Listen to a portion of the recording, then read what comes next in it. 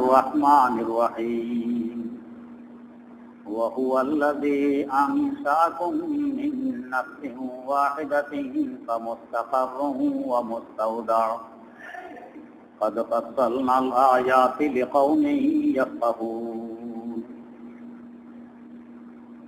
وهو الذي أنزل من السماء ماء فأخرجنا به نبات كل شيء فأخرجنا منه شجرا نخرج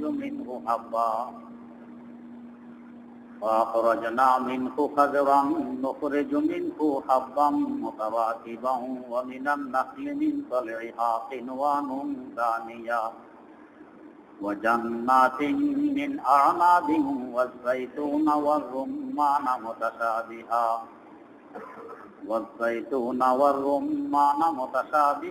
وغير متشابه انظروا إلى ثمره إذا أثمر وينعي إن في ذلكم لآيات لقوم يؤمنون صدق الله مولانا العظيم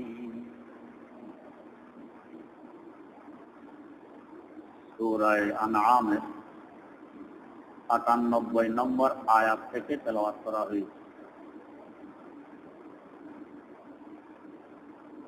তেলাওয়াতকৃত আয়াতে আল্লাহ রাব্বুল আলামিন তার কুদরত, তার ক্ষমতা, তার নিয়ামত এবং আমাদের উপর তার অবদান সম্পর্কে আলোচনা করছেন।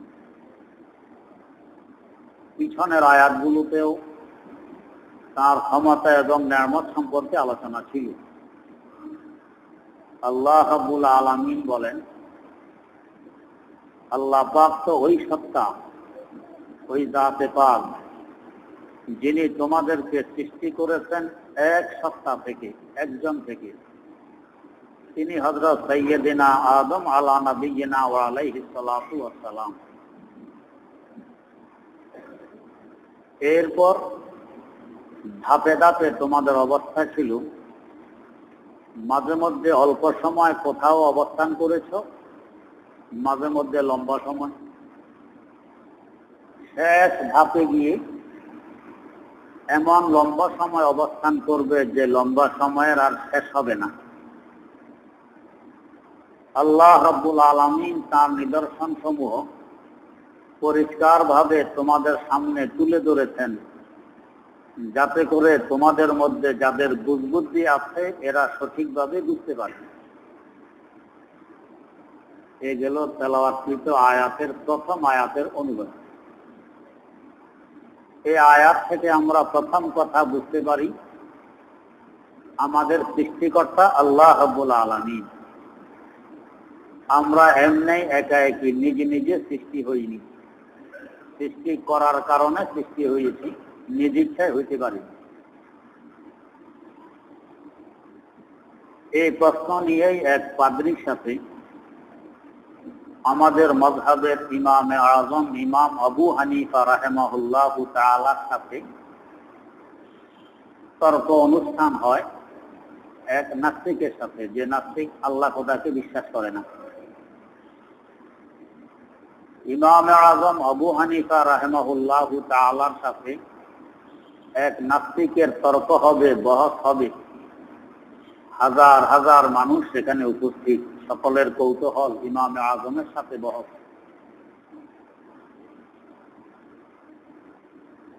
ইমামে আযম তো ইমামে আযম, সবচেয়ে বড় পথ প্রদর্শক। ছোট্টখাট্ট তালেবে ইলমদের সাথেও এই ধরনের নাস্তিক বা এই ধরনের খ্রিস্টান, ইহুদি এরা তর্ক করে কুলাইতে পারে না। পিছনে এর বহু নজির, বহু দৃষ্টান্ত আছে। ইংরেজরা যখন এই দেশ শাসন করতে আসে, দেশ শাসনের পাশাপাশি তারা তাদের দেশ থেকে বহু পাদ্রী আমদানি করে, যাতে এই পাদ্রীদের মাধ্যমে একথা প্রমাণ করাইতে পারে যে খ্রিস্টান ধর্মই একমাত্র ধর্ম, ইসলাম ধর্ম নয়, এটা মানা যাবে না। জায়গায় জায়গায় পাদ্রীরা বক্তব্য রাখে, সরকারিভাবে তাদের পৃষ্ঠপোষকতা করা হয়, বড় বড় অনুষ্ঠান হয়, তারা বক্তব্য রাখে খ্রিস্টান ধর্ম সত্য, ইসলাম ধর্ম সত্য নয়। মাঝে মধ্যে চ্যালেঞ্জ করে, ইউপির এক জায়গায় এক খ্রিস্টান ঈসা আলাইহিস সালাম আল্লাহর ছেলে, আল-আয়াযুবিল্লাহ, আমরা এটা বিশ্বাস করি না। আমাদের মুসলমানদের আকীদার বিশ্বাস তিনি আল্লাহর নবী, পয়গম্বর, তিনি মানুষ, আল্লাহর ছেলে নন।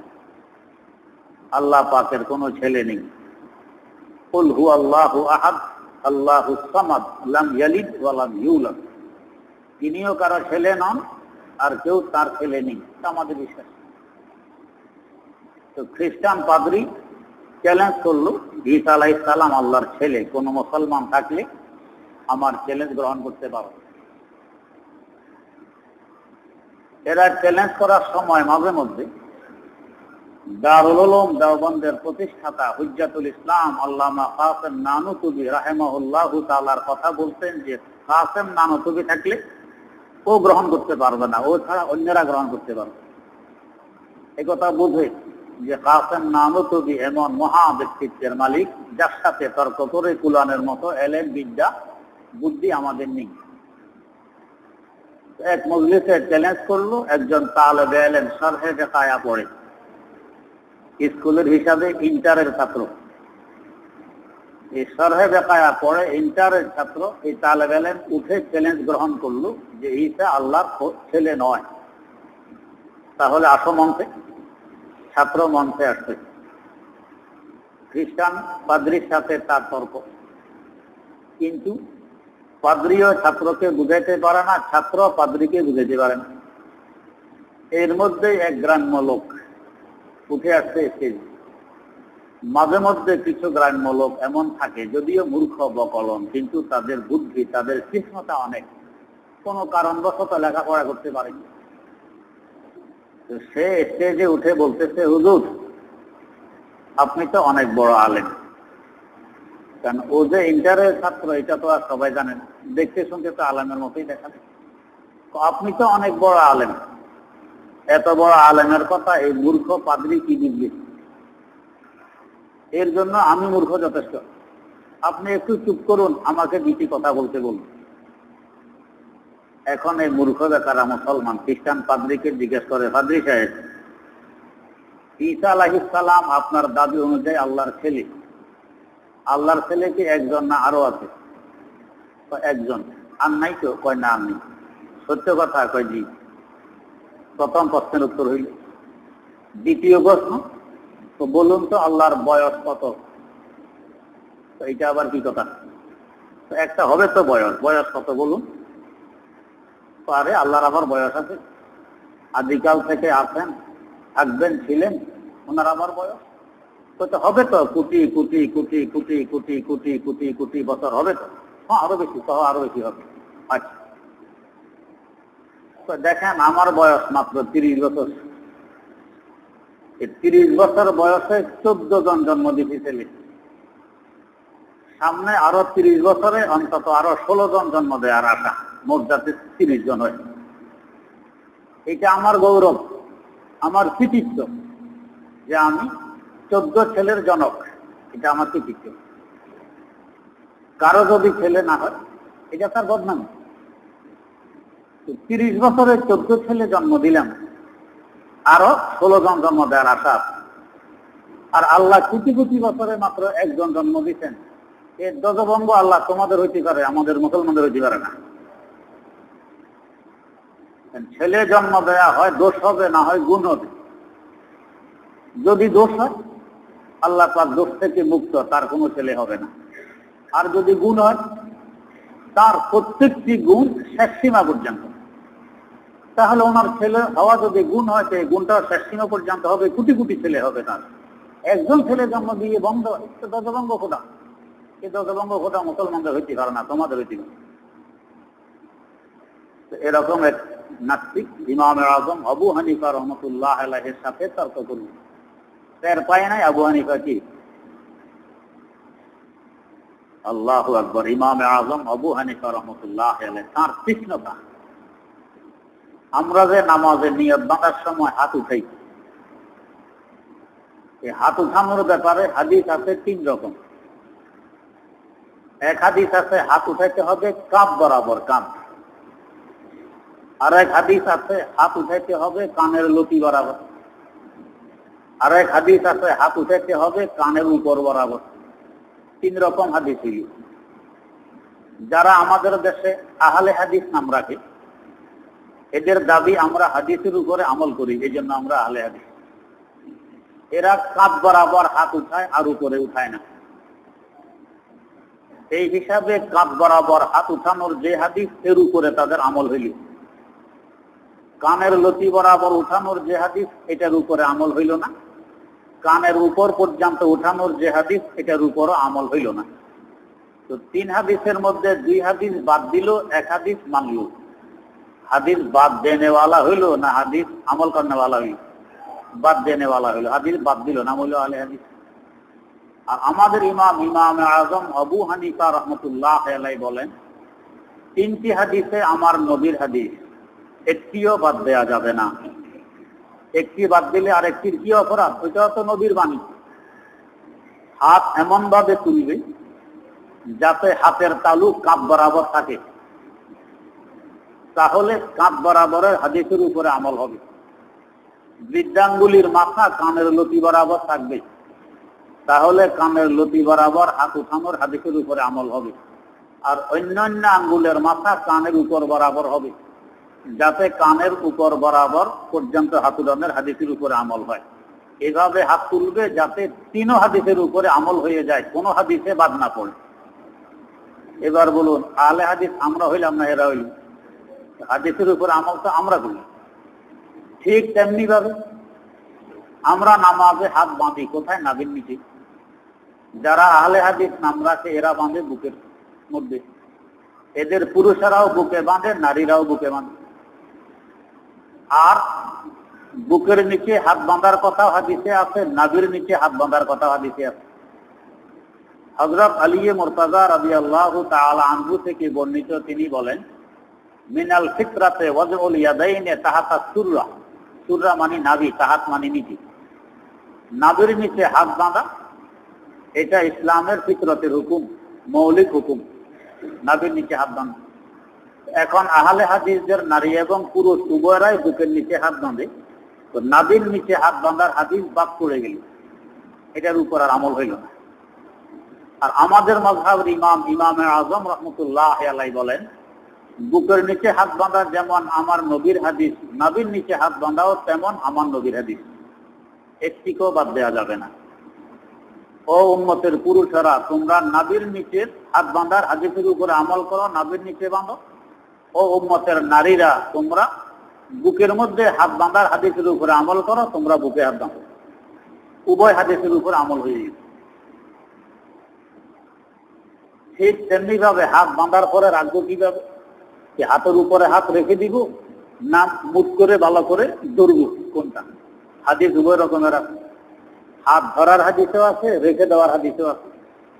যারা আহলে হাদিস নামধারী, এরা বলে হাত রেখে দাও, তাহলে হাত রাখার হাদিসের উপরে আমল হইল, আর বাঁধার হাদিসের উপরে আমল হইল না, ওইটা বাদ পড়ে গেল, নাম হয়েছে আহলে হাদিস।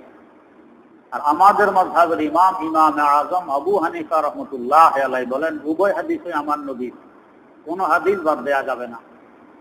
যে হাদিসকে বাদ দিব সে হাদিসের কি অপরাধ? অতএব হাতের 3 আঙ্গুল, শাহাদত আঙ্গুল, তর্জনী, মধ্যমা, অনামিকা, 3 আঙ্গুল উপরে রেখে দিবে, তাহলে হাতের পিঠের উপরে হাত রাখার হাদিসের উপরে আমল হবে। আর বৃদ্ধাঙ্গুল এবং কনিষ্ঠ আঙ্গুল দিয়ে হাতকে মজবুত করে ধরবে, ধরার হাদিসের উপরে আমল হয়ে যাবে। উভয় হাদিসের উপরে একসাথে আমল হবে, কোনো হাদিস বাদ যাবে না। এটা হলো ইমামে আজম আবু হানিফা রহমতুল্লাহ। এইভাবে হাদিসে মিল দিয়ে দিয়ে উনি মাসআলা ইসতিনবাত করে আমাদের সামনে পেশ করছেন, যাতে কোনো হাদিস বাদ না পড়ে। এটাকে বলে আহলে হাদিস।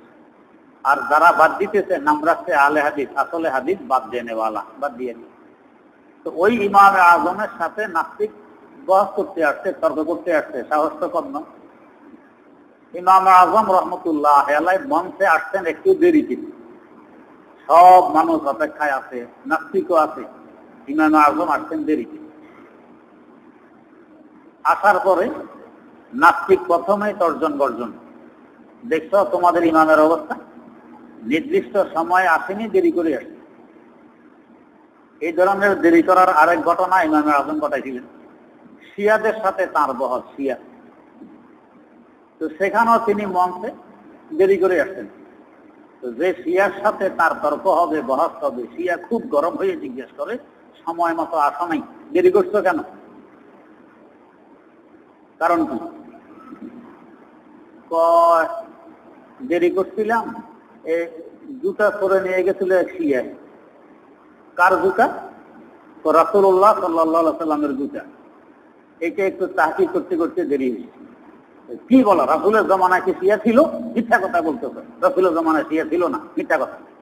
ও না না, ভুল হয়েছে, আবু বকর রাদিয়াল্লাহু আনহু জুতা চুরি করছিল, মিথ্যা কথা। আবু বকর রাদিয়াল্লাহু আনহুর জমানায় শিয়া ছিল না, তো ভুল হচ্ছে, ভুল হয়েছে, ওমর রাদিয়াল্লাহু আনহুর জুতা চুরি করছিল। সে আবারও গরম, ঠিক ওমরের জমানায় শিয়া ছিল, আসলে ভুল হয়েছে, ওসমান রাদিয়াল্লাহু আনহু জুতা চুরি করছিল।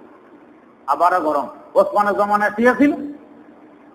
ইমাম আজম এবারে মুখ খুলছেন, যে শিয়া রাসূলের জমানায় ছিল না, আবু বকরের জমানায় ছিল না, ওসমানের জমানায় ছিল না, নব আবিষ্কৃত একটা সম্প্রদায় তোমার দাবি। নব আবিষ্কৃত সম্প্রদায়টা মানার বস্তু? গুমরা হওয়ার মধ্যে কোনো সন্দেহ আছে? এটা পথভ্রষ্ট, গুমরা। সঠিক থাকলে রাসূলের জমানা থাকতো, রাসূল দেখতো সঠিক ছিল। রাসূলের জমানায় নাই, আবু বকরের জমানায় নাই, ওমরের জমানায় নাই, আলীর জমানায় তার উৎপত্তি, এটা কোনোদিন সঠিক হতে পারে, এটা গুমরা। এরপরে শিয়া খামোশ। এখানেও ইমাম আজম রহমতুল্লাহ আলাইহি দেরি করে আসছে। এখন নাস্তিক খুব গরম, সময় মতো আসলে না, দেরি করে কেন আসলে? ইমাম আজম বলতেছেন, ভাই আমার দোষ নেই, তো দেরি করে আসছো তুমি, তোমার দোষ নেই, তার দোষ। তো আমার আসার পথে একটি নদী আছে, নদী ফাড়ি দেওয়ার কোনো নৌকা ছিল না, জাহাজ ছিল না, পোল ছিল না, ব্রিজ ছিল না। তো কিভাবে ফাড়ি দিবে? আমি নদীর এই ফাড়ে এসে বসে রয়েছি, কোনো নৌকা নাই, পোল নাই, ব্রিজ নাই, কিছু নেই। এর মধ্যে দেখি নদীর পাড়ে একটি গাছ, এটা অটোমেটিক কেটে গেছে, গাছটি অটোমেটিক কেটে গেছে। কাটার পরে দেখি এটা অটোমেটিক চিরে চিরে তক্তা হইতে আমার সামনে তক্তা হইল। তক্তা হওয়ার পরে একটি তক্তা আরেকটি তক্তার সাথে জোড়া লাগতেছে, জোড়া লেগে লেগে নৌকা হয়ে গেছে। তো নৌকা হওয়ার পরে আমি লাফ দিয়ে নৌকাতে উঠছি। এখন দেখি যে মাঝি মোল্লা বিহীন অবস্থায় নৌকা এই পাড়ের দিকে চলতেছে, চলতে চলতে একবারে এই পাড়ে আসছে। এরপর আমি লাফ দিয়ে পাড়ে উঠি, তোমার তর্কের মঞ্চে আসলাম, স্টেজে আসলাম। যদি সাথে সাথে নৌকা পাইতাম তাহলে এত দেরি হইত না। গাছ নিজে নিজে কাটছে, এরপরে চিরে নিজে নিজে তক্তা হয়েছে, তক্তাগুলো জোড়া লাগবে, নৌকা হয়েছে, মাঝি মোল্লা বিহীন অবস্থায় নৌকা এই ভাড়ে আসছে, সেই জন্য দেরি হয়েছে। এখন নাস্তিক বলে, তো শুনছেন তো আপনাদের ইমামের অবস্থা। এইভাবে গাছ কখনো নিজে নিজে কাটে মিস্ত্রি ছাড়া? গাছ নিজে নিজে তক্তা হয় মিস্ত্রি ছাড়া? গাছ নিজে নিজে নৌকা হয় মিস্ত্রি ছাড়া? নিজে নিজে নদীর এই ভাড়ে আসতে পারে কোনো মাঝি মাল্লা ছাড়া? ইমাম আজম রহমতুল্লাহ আলাইহি বলেন, পারে না, কখনো না, পারে না, অসম্ভব, কখনো না। তো ছোট্ট একখানা নৌকা যদি নিজে নিজে হইতে না পারে, বিশাল আকাশ আর জমিন এমনি নিজে নিজে সৃষ্টি হয়ে গেছে সৃষ্টিকর্তা ছাড়া? তোমার মতো নাস্তিক এমনি সৃষ্টি হইতো সৃষ্টিকর্তা ছাড়া? ওইটা যদি সৃষ্টিকর্তা ছাড়া, মিস্ত্রি ছাড়া হইতে না পারে, এটাও মিস্ত্রি ছাড়া সৃষ্টিকর্তা ছাড়া হইতে পারবে। বহিত আল্লাহ জি কাফার, নাস্তিক মুখ বন্ধ হয়ে গেছে, জবাব দিতে পারল না। ওদের কথা দিয়ে ওদেরকেই গায়েল করে ইমাম আজম আবু হানিফা রাহমাতুল্লাহ। আল্লাহ রাব্বুল আলামিন এই আয়াতে বুঝাইতেছেন, ওয়া হুয়াল্লাযী আনশাআকুম মিন নাফসিন ওয়াহিদা, ওই আল্লাহ তোমাদেরকে সৃষ্টি করেছেন এক জাত থেকে, এক সত্তা থেকে, তিনি আদম আলাইহিস সালাম। তোমরা নিজে নিজে সৃষ্টি হওনি, আল্লাহ করছেন। আদমকেও আল্লাহ রাব্বুল আলামিন সৃষ্টি করছেন, করার পরে তিনি হয়েছেন। কিভাবে আদমকে সৃষ্টি করলেন, তার থেকে কিভাবে আমরা হইলাম, ইতিহাস আপনারা জানেন, এখানেও একাধিকবার বলা হয়েছে। সৃষ্টি হওয়ার পর ঘটনা কি? কিছু আছে তোমাদের থাকার জায়গা, আর কিছু আছে তোমাদের ঘাঁটি। থাকার জায়গা নয়, শুধু ঘাঁটি। তো কোনটা থাকার জায়গা, কোনটা ঘাঁটি? মুস্তাকার রুম ও মুস্তাউদা। মুস্তাকার বলা হয় স্থায়ীভাবে যেখানে থাকা হয়, তাকে বলে মুস্তাকার। কিংবা লম্বা সময় যেখানে থাকা হয় ওইটাকে বলা হয় মুস্তাকার। আর মুস্তাওদা মানে স্থায়ীভাবে অস্থায়ীভাবে যেখানে থাকা হয় এটা মুস্তাওদা। ওদিয়ত থেকে, ওদিয়ত মানে আমানত। আপনি কারোর কাছে অলংকার আমানত রাখছেন কিংবা পয়সা করে রাখছেন, জিন্দিগির জন্য রাখে আমানত না, কিছুদিনের জন্য রাখে, পরে আবার নিয়ে আসে। তো মুস্তাওদা মানে কিছুদিনের জন্য এক এক জায়গায় ছিল, মুস্তাকার মানে লম্বা সময়ের জন্য ছিল কিংবা চিরস্থায়ীভাবে থাকবে। কি অর্থ? আল্লাহ রাব্বুল আলামিন প্রথমে আমাদেরকে আদম আলাইহিস সালামের পৃষ্ঠ থেকে বের করে থাকতে দিলেন বেহেশতে। স্থায়ীভাবে ছিলাম না, কিছুদিনের জন্য ছিলাম, এটা মুস্তাকার হইল। বেহেশত থেকে আবার বের করে দিলেন, আমাদের রূহ সব থাকতে আরম্ভ করে রূহ জগতে। এখানেও স্থায়ীভাবে ছিলাম না, মুস্তাকার হইল। কিছুদিন থাকার পর সেখান থেকে বের করে দিল। আমরা এসে পৌঁছলাম উদর জগতে, মায়ের পেটে। এখানেও বেশি দিন থাকতে দেয়নি, 8-9 মাস ছিলাম, বের করে দেওয়া হইল, এটা মুস্তাকার হইল, অস্থায়ী থাকা। মায়ের পেট থেকে বের করে এখন থাকতে দিলেন এখানে। এখানের জন্য কি আমরা স্থায়ী না অস্থায়ী? এখানের জন্য অস্থায়ী, যদিও কারো একটু লম্বা সময়, কারো অল্প সময়। কেউ 2-1 দিনও মারা যায়, 2-1 মাসে যায়, 2-1 বছরে যায়, আর কেউ 80-90-100-100 বছর বাঁচে। তো যতই লম্বা সময় হোক, এই লম্বাও সামনের সময় হিসাবে খুব খাটো, অল্প, তাই এটা মুস্তাকার হইল। তার মানে মুসাফির যখন কোথাও যায় তো জায়গায় জায়গায় ঘাঁটি করে, হোটেলে যায় একটু চা নাস্তা করে, আবার দরকার হইলে আরেক হোটেলে যায় ভাত খায়, দরকার হইলে একটু বিশ্রামও করে, নামাজ কালাম পড়ে, হাত মুখ ধোয়, একটু সময় কোথাও বেশি অবস্থান করে, কোথাও কম করে। তাই মুসাফির কম সময় অবস্থান করুক আর বেশি সময় করুক, যে জায়গায় অবস্থান করবে ওই জায়গার ব্যাপারে তার ব্যবহার কেমন হবে। বেশি থেকে বেশি ফুঁক দিয়ে ধুলাবালি সরাবে, অথবা হাতে কোনো গামছা ইত্যাদি থাকলে এটা দিয়া পিটাইয়া ধুলাবালি পরিষ্কার করে এখানে একটু বসবে কিংবা শুবে। এখানে একবারে খুব সুন্দর হাইফাই করে বিল্ডিং আর ঘর তৈরি করবে, থাকবে 1 ঘন্টা বা আধা ঘন্টা। বিবেক বুদ্ধি যদি কারো থাকে সে কাজ করবে। ওই সফরটা হলো ছোট সফর, আমাদের সফর হলো একটু বড় সফর। বেহেশত থেকে শুরু হয়ে গেছে এই সফর, আবার বেহেশতে গিয়ে শেষ হবে। কোন জায়গায় একটু কম, কোন জায়গায় একটু বেশি থাকবো, কিন্তু কোথাও স্থায়ীভাবে থাকবো না। যখন জানি আমি মুসাফির, তো কেন আমি স্থায়ীভাবে থাকার যে ধরনের ব্যবস্থা করা হয় এখানে সে ধরনের ব্যবস্থা করব? এটা বুদ্ধির পরিচয় নয়। এই জন্য বুজুর্গানে দিন বলেন, মাহাবাদ দিলে খোদ সাজো হামা নফসে আদমরা, মাহবাব দিলে খোদ সাজো হামা নফসে আদমরা, মুন্দিল গাহে আগিয়ারো মকুন ফরসে হারমরা, सरमायाए उक़बा बका कावर के माबादा, तकदीरों का सब बरसा रहते गे डूबे दमरा, तकदीरों का सब बरसा रहते गे डूबे दमरा। तो देखो এই জায়গা তোমার মুস্তাকার, কিছু সময়ের জন্য থাকার, এটা স্থায়ীভাবে থাকার নয়। অতএব স্থায়ী ব্যবস্থা করার চিন্তা আর ফিকির করবা না। যদি স্থায়ীভাবে থাকার চিন্তা ফিকির করতে থাকো, এর ফাঁক দিয়ে তকদীরের তলোয়ার তোমার গাড়ে পড়বে, শির উচ্ছেদ করে ফেলবে, তুমি মারা যাবে। থাকতে কথা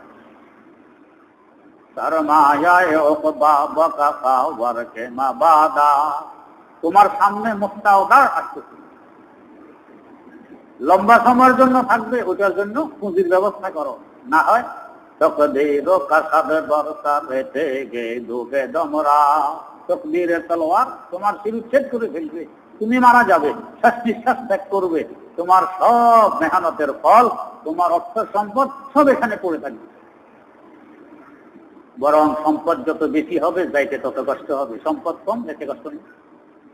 মুসাফির অল্প সময়ের জন্য থাকবে, জায়গা টাগা সামান্য পরিষ্কার করছে, আবার ত্যাগ করে চলে যেতে আফসুস হয় যে হ্যাঁ জায়গাটি ছেড়ে দিলাম, কোনো আফসুস নেই। আর যদি এখানে কিছু ব্যবস্থাপনা থাকে একটু একটু আফসুস হবে, এত কিছু ব্যবস্থা করলাম এখন ছেড়ে চলে আসতেছি।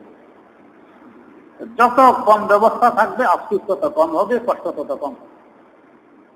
হযরত শেখ ফরিদ আত্তার রহমতুল্লাহ আলাইহি আত্তার মানে আতরওয়ালা, আতরের ব্যবসা করতেন, আতরের বড় দোকান ছিল।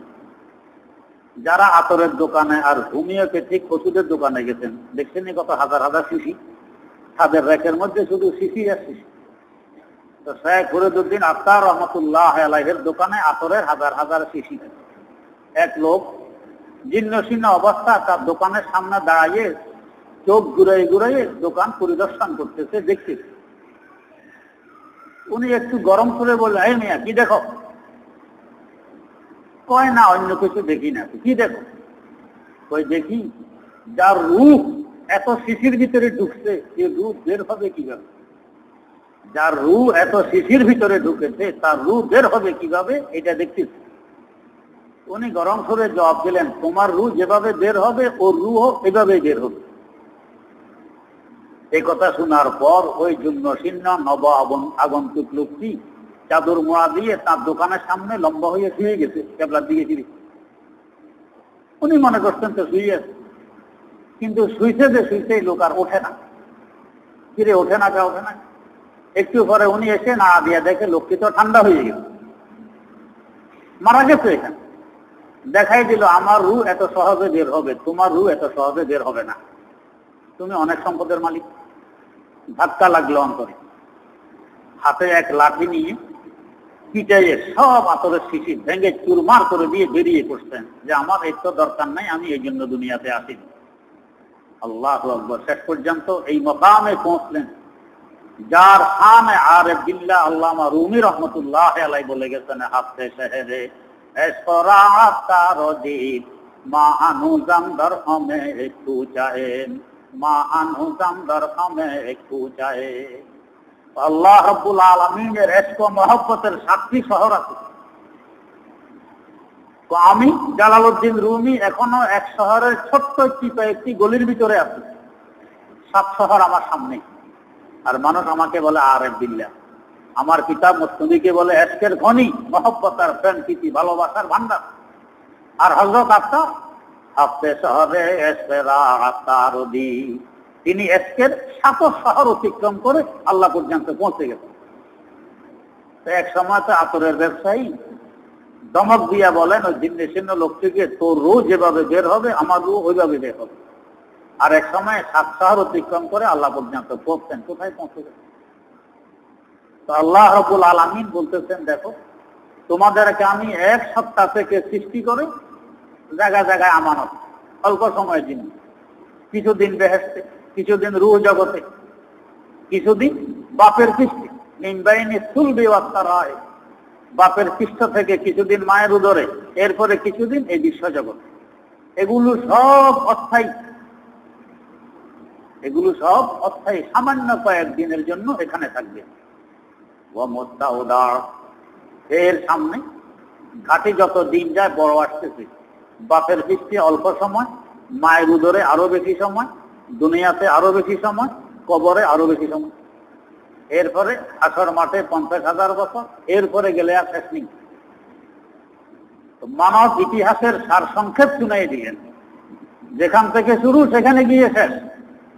কিন্তু এই যে শুরু হয়েছে, কতগুলো ঘাটি তোমরা পাড়ে দিয়ে এসেছিলে, প্রত্যেকটি ঘাটিতে পৌঁছার পর তোমাদের ধারণা ছিল আমি এখানের জন্য স্থায়ী, আমাকে আর কোথাও যাওয়া লাগবে না। কিন্তু কোথাও থাকতে দেয়া হয়নি, ইচ্ছায় অনিচ্ছায় তোমাকে বের করে দেওয়া হয়েছে। শেষ ঘাটি বেহেশতে ঢুকার পর আল্লাহ মাফ করুক, জাহান্নামও কারোর জন্য শেষ ঘাটি, জান্নাতও কারোর জন্য শেষ ঘাটি। আল্লাহ রাব্বুল আলামিন রমজানুল মুবারকের বরকতে আমাদের সকলের শেষ ঘাটি জান্নাতকে তিনি দান করুন।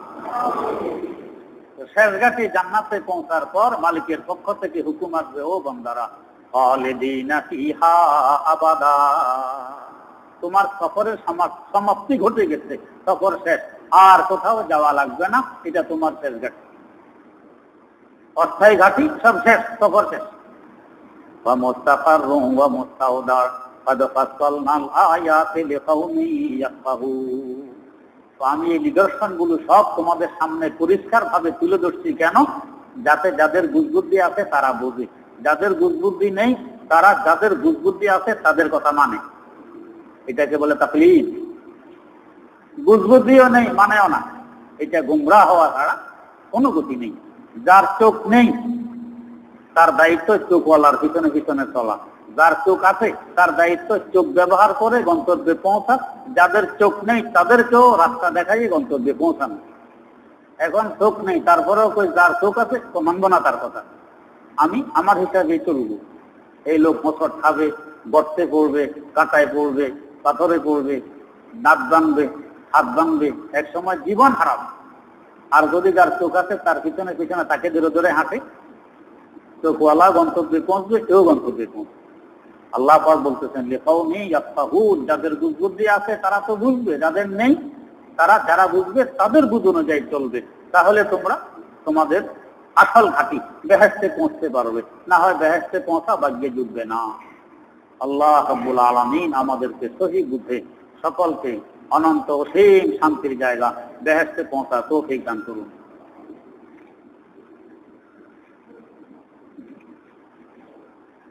প্রশ্ন, শবে কদরের নিয়ত এর নামাজের কি কি সূরা পড়তে হয়?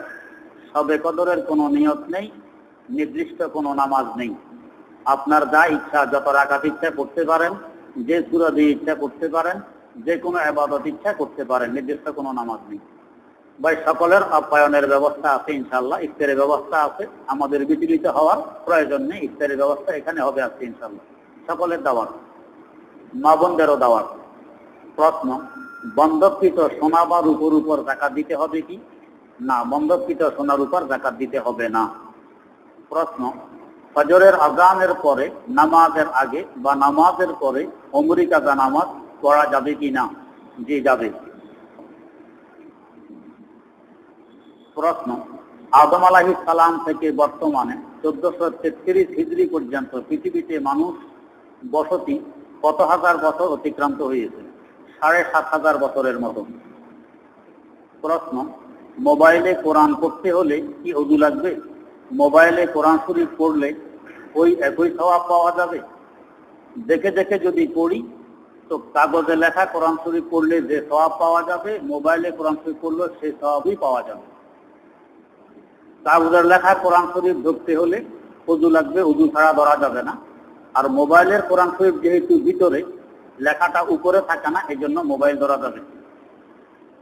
প্রশ্ন, যথাবিধি সম্মান প্রদর্শন পূর্বক জনাব হুজুর, আপনার কাছে আমার প্রশ্ন হলো, প্রিয় নবী হযরত মুহাম্মদ সাল্লাল্লাহু আলাইহি ওয়াসাল্লাম যে ইসলাম প্রচার করেছিল যেভাবে করেছিল, বর্তমান পৃথিবীতে অনুরূপ ইসলাম কোন দল ও মতাদর্শের মধ্যে বিদ্যমান? তাবলীগ, কওমি মাদ্রাসা, জামাত ইসলামী নাকি অন্য কোনো দল?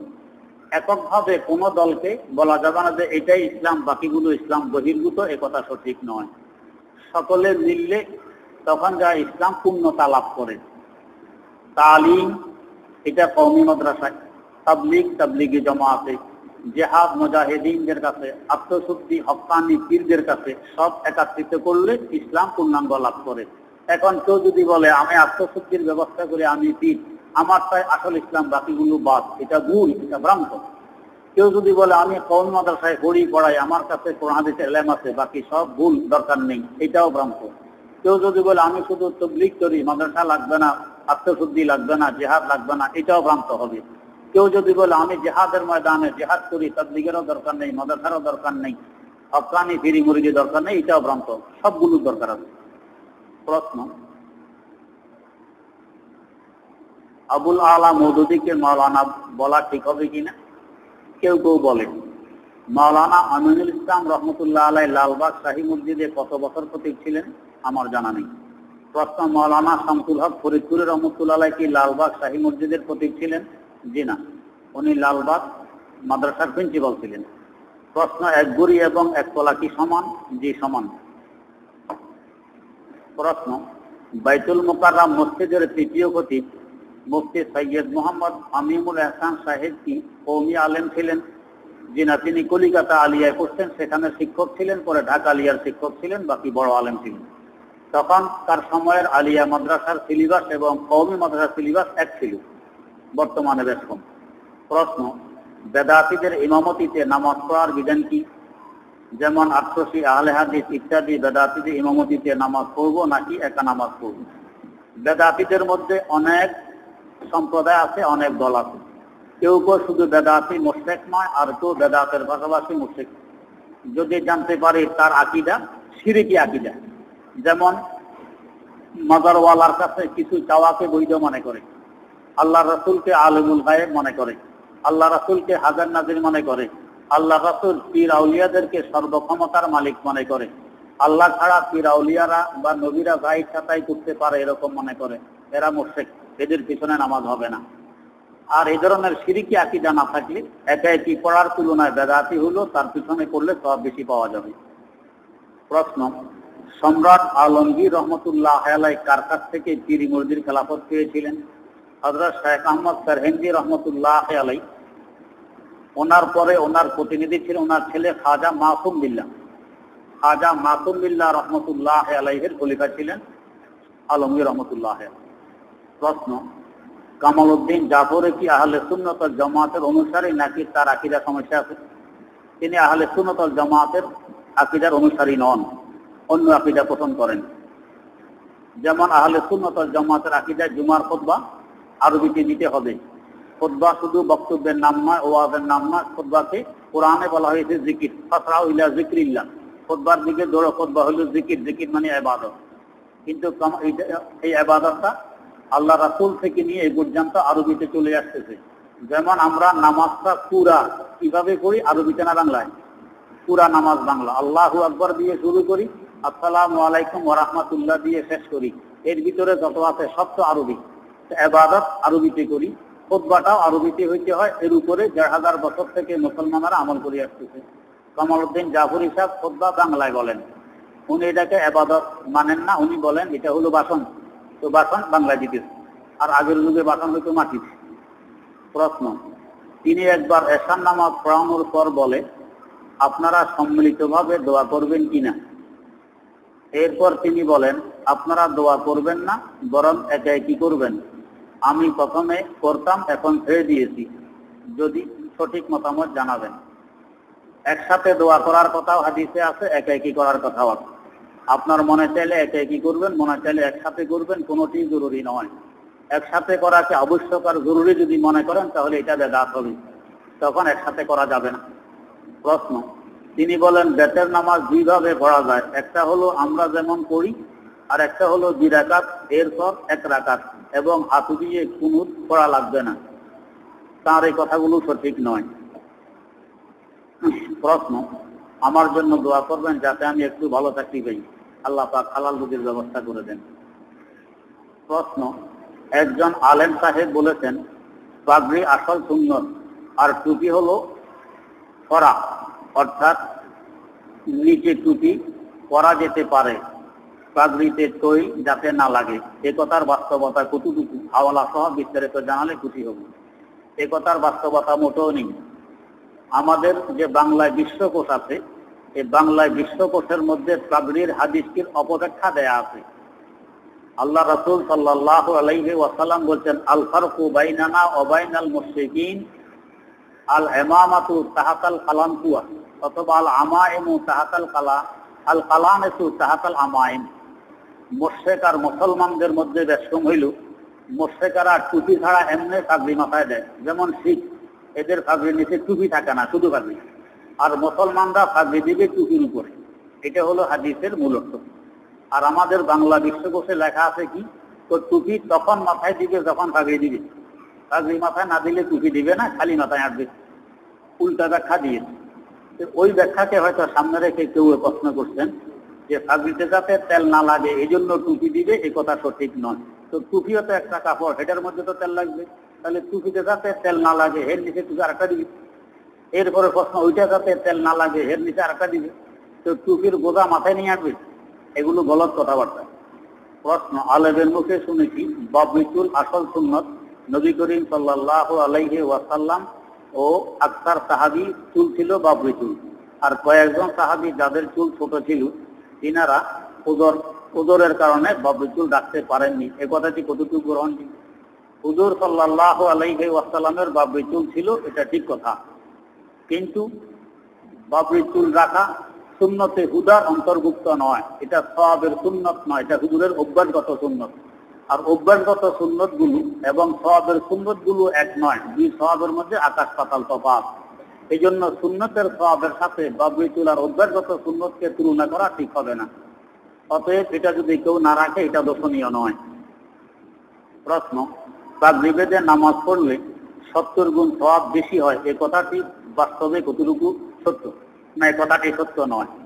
তাকবীর পড়ে নামাজ পড়লে 70 গুণ বেশি সওয়াব পায়, এই ব্যাপারে যে হাদিস দেখানো হয় হাদিসগুলো মওযু তথা বানাবাট, জাল হাদিস। প্রশ্ন, আন্তর্জাতিক মানের যে ক্রিকেট খেলা হয় সেই খেলা কি জায়েজ? মোটেও জায়েজ নয়। এভাবে খেলাধুলায় জীবন কাটিয়ে দেয়া এটা মানুষের শান নয়, শুধু মুসলমানের শান এটা নয়, মানুষের শান নয়। মানুষ খেলাধুলার জন্য দুনিয়াতে আসেনি। সব মানুষ যদি খেলাধুলায় লেগে যায় দুনিয়া চলবে? চলবে না। বুঝা গেছে? এটা ভালো কাজ নয়। প্রশ্ন, নামাজ শেষে সালাম কিভাবে ফিরাতে হবে? আসসালামু আলাইকুম ওয়া রাহমাতুল্লাহ বলে ফিরাবেন। আসসালার আগ শুরু হবে, আপনার চেহারা ঘুরা শুরু হবে। ওয়া রাহমাতুল্লাহ শেষ হবে, চেহারা ঘুরাও শেষ হবে। দ্বিতীয় সালামও একই পদ্ধতিতে। এই নয় যে আসসালামু আলাইকুম পর্যন্ত সোজা থাকবে, ওয়া রাহমাতুল্লাহ সময় ফিরবে, এই পদ্ধতি সঠিক নয়। প্রশ্ন, আজকাল মার্কেটে যাকাতের কাপড় লুঙ্গি পাওয়া যায় যা কম দামি এবং নিম্নমান সম্পূর্ণ। এইভাবে আলাদা যাকাতের কাপড়ের পদ্ধতি শরীয়ত সম্মত কিনা? এটা শরীয়ত অসম্মত নয়, আবার এত বেশি ভালোও নয়। আপনার ইচ্ছা, আপনি এই কাপড় কিনে যাকাত দিবেন কেন? আপনি ভালো 800 টাকা দামের শাড়ি কিনে যাকাত দেন, 1000 টাকা দামের শাড়ি কিনে যাকাত দেন, কোনো বাধা তো নেই। প্রশ্ন, আপনি বাদ-জোহর জাকারিয়া রহমতুল্লাহ আলাইহির যে আত্মজীবনী বলেন, ওই বইখানা আমি কোথায় কিনতে পাবো? যে কোনো লাইব্রেরিতে খোঁজ করলে আপনি পাইবেন, বা আমাদের পাশে একটি মিজান লাইব্রেরি আছে, এখানে থাকলে তো ভালো, না থাকলে তাকে বললে হয়তো সে আনি দিবেন। প্রশ্ন, নবী আউলিয়া কি ভিন্ন পশু পাখি রূপ ধারণ করতে পারেন? জি না। মানুষ আশরাফুল মাখলুকাত, আশরাফুল মাখলুকাত যদি পশু পাখি রূপ ধারণ করে এটা তার গুণ না দোষ? দোষই।